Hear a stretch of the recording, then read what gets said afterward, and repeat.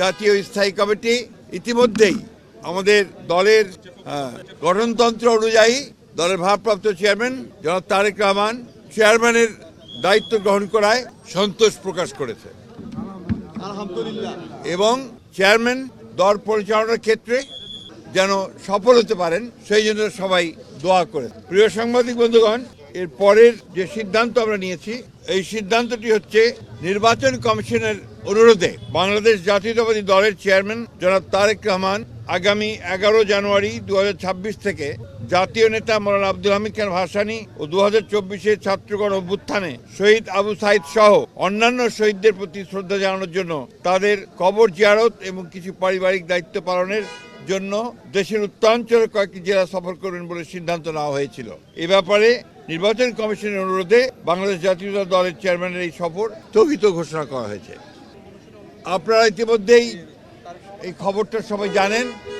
Please ভাই please, আপনারা সবাই খবরটা খুব ভালো করে জানেন যে দেশের যে নির্বাচন আগামী ফেব্রুয়ারি মাসের 12 থেকে অনুষ্ঠিত হতে যাচ্ছে, সেই নির্বাচনকে বিভিন্নভাবে প্রশ্নবিদ্ধ করার জন্য, বানচাল করার জন্য একটা মহল বিভিন্নভাবে চক্রান্ত করছে।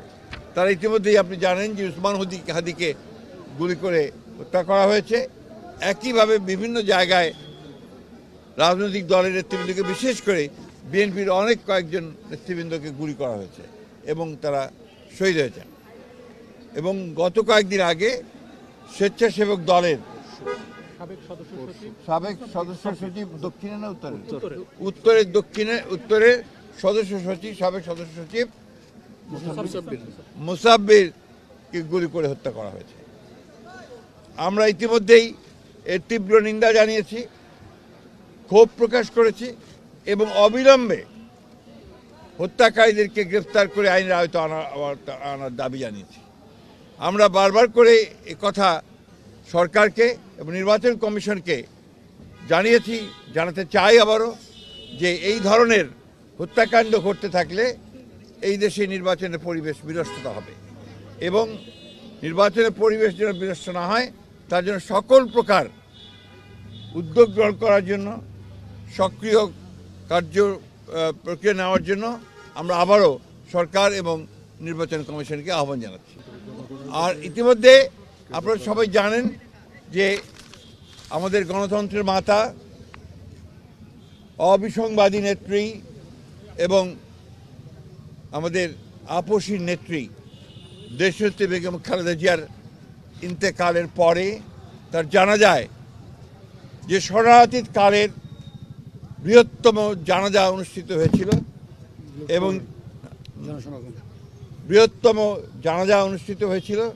সেই জানাজায় মানুষের যে সমাগম হয়েছিল এটা এই বাংলাদেশে আর কখনো দেখা যায়নি।